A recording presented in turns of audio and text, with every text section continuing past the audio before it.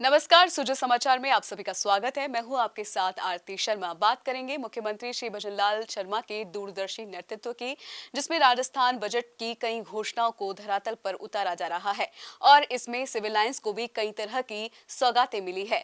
सुजय समाचार से खास बातचीत की है सिविल लाइंस विधायक श्री गोपाल शर्मा ने। राजस्थान के मुख्यमंत्री श्री भजनलाल शर्मा के नेतृत्व में राजस्थान की सरकार लगातार नई नई योजनाएं लेकर आ रही है और बजट में की गई घोषणाएं धरातल पर उतारने का काम कर रही है। इसी को लेकर आज हम पहुंचे हैं भाजपा के विधायक गोपाल शर्मा। उनसे जानते हैं कि वर्तमान में किस तरह के कामकाज किए जा रहे हैं। सर, लगातार माननीय मुख्यमंत्री महोदय श्री भजनलाल शर्मा की सरकार लगातार विकास के काम कर रही है और आने वाले 15 मई तक जो गर्मियों में पेयजल समस्या है उसको लेकर किस तरह से तैयारियां आपकी विधानसभा में है? सबसे पहले तो मैं हमारे आदरणीय मुख्यमंत्री भजनलाल जी का अभिनंदन करना चाहूँगा, उनको धन्यवाद देना चाहूँगा। बड़ा श्रेय देना चाहता हूँ इस समय आदरणीय भजनलाल जी के नेतृत्व में जो सरकार चल रही है। किसी भी समस्या के लिए सिविल लाइंस विधानसभा क्षेत्र के अंदर कोई भी चीज का इंतजार नहीं करना पड़ता, चाहे पानी की समस्या हो या अन्य समस्याएं। हम लोग ये मान करके चलते हैं कि सरकार के नेतृत्व में पूरा प्रशासन इस तरह से एकजुट है कि समस्या बताई और समाधान हुआ। यह जान करके आश्चर्य होगा कि 31 मार्च को 30 मार्च को वर्ष प्रतिपदा के दिन हरिपुरा, जो पहले हटवाड़ा के नाम से जाना जाता था, वहां 17.5 लाख लीटर पानी की टंकी का उद्घाटन हुआ है। अभी लगभग तैयारी हो चुकी है, इसी महीने के आखिर तक रामनगर में पानी की टंकी का उद्घाटन होने वाला है और उसके तुरंत बाद 23 वर्ष से उलझे हुए मामले का समाधान करके देवी नगर की टंकी का उद्घाटन होने वाला है। शिलान्यास नहीं, उद्घाटन। ऐसे विभिन्न प्रकार के काम हैं, जैसे सड़क कहीं भी क्षतिग्रस्त हुई, प्रशासन तक बात पहुंचती, हम लोग पहुंचाते हैं, समाधान हो जाता है।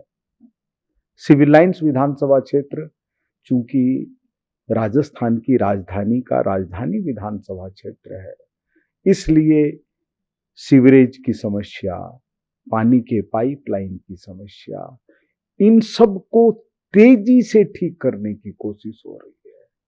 अस्पतालों में सुधार, वहां पर अच्छा प्रबंधन।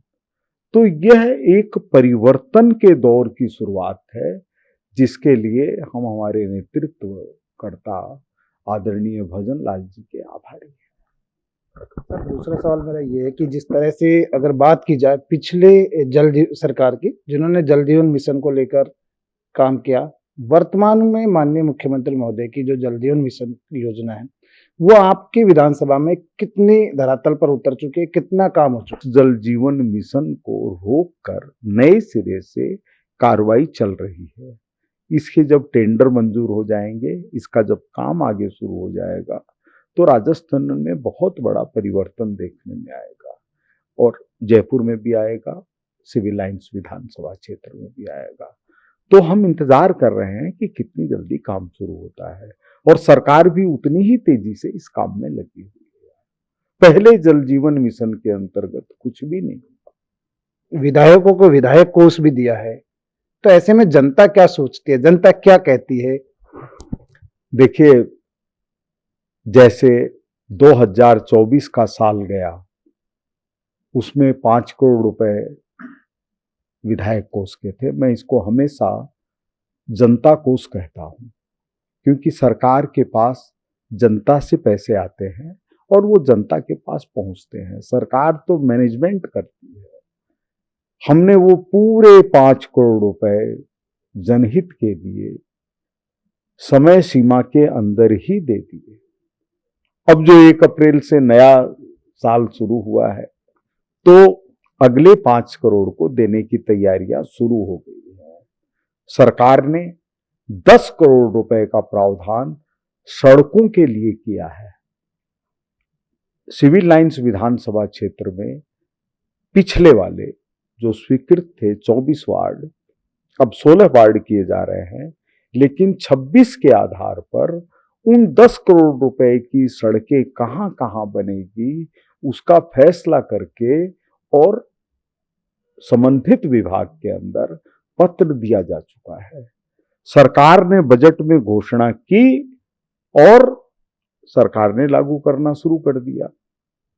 हम लोगों ने जब जब जो चीज शुरू होती है उसकी तुरंत पालना शुरू कर देते हैं।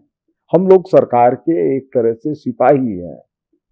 सरकार ने जो तय किया उसको तुरंत लागू करना, पारदर्शी तरीके से लागू करना, ईमानदारी से लागू करना, जनहित को ध्यान में दे करके लागू करना, ये हमारी सरकार का उद्देश्य है।